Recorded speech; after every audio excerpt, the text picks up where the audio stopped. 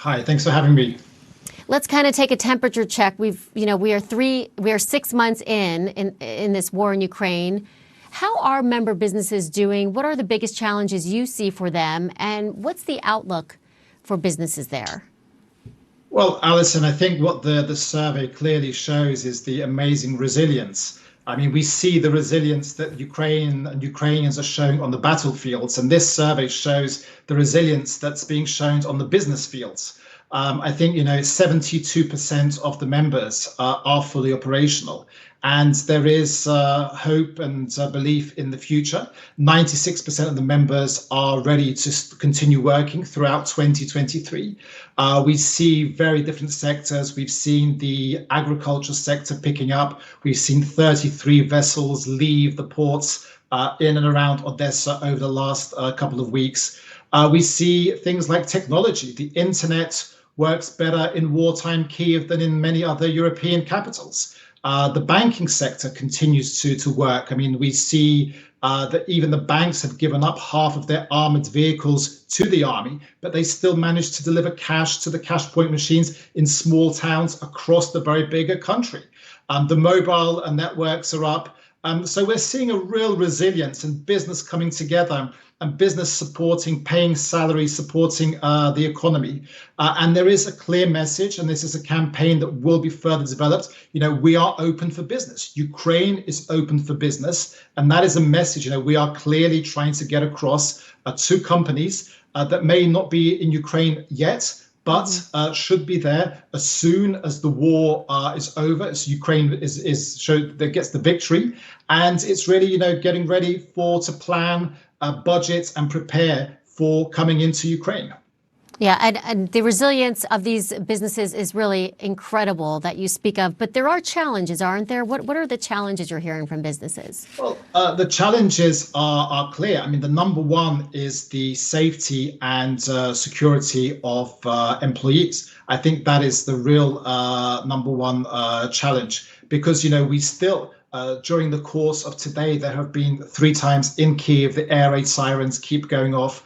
So I think, we have seen the damage to the business. I think the logistics, the transport costs are a big challenge. There's a decline in imports and export operations and in partners' businesses. Many companies have lost clients, but still they are resilient. So the message we're trying to get across is do business with Ukrainians, because it's now, so important to keep the economy 6 months into this brutal war that Russia has launched against Ukraine. It's really to keep the economy moving, because I think this is so important.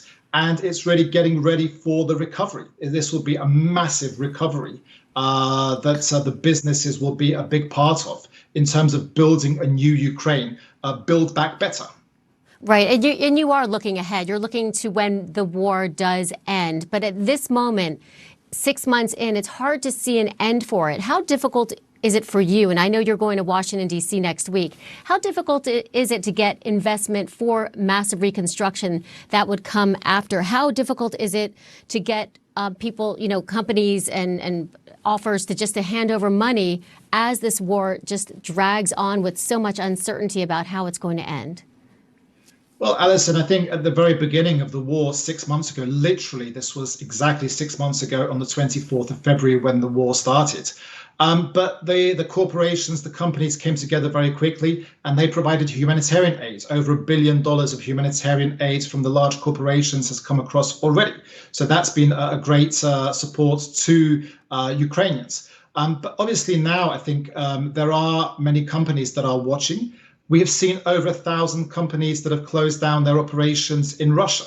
There is no future for transparent business in Russia. So what we're saying to these companies that are closing, that have closed their operations in Russia, is now is the time to start looking at Ukraine, to start preparing, to start planning, and to start budgeting.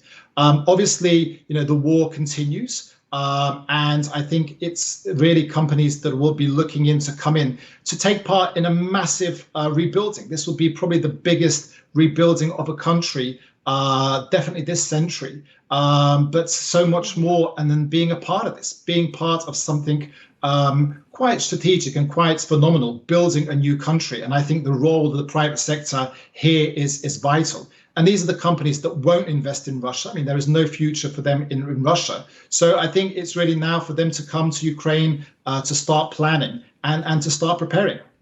Andy, I know that 6 months ago you left Ukraine. What was that like to leave, and have you been back? And if you have, what changes have you seen in Ukraine?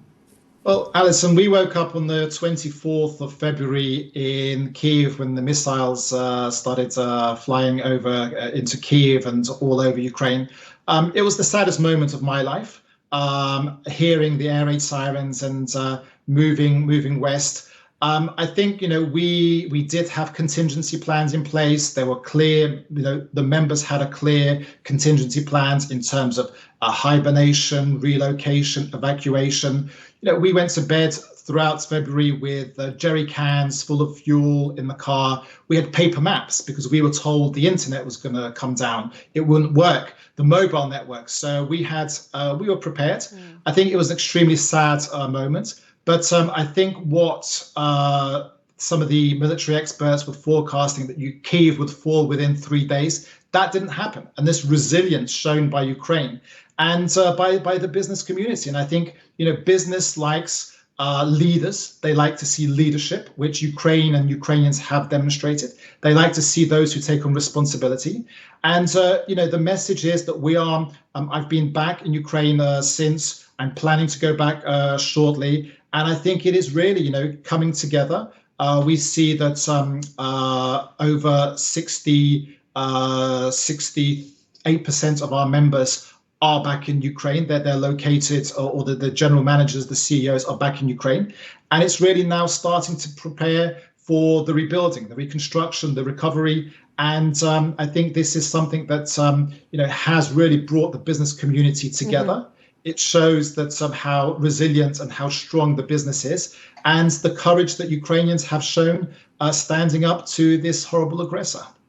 All right, Andy Hunder, president of the American Chamber of Commerce in Ukraine. Thanks so much. Thank you.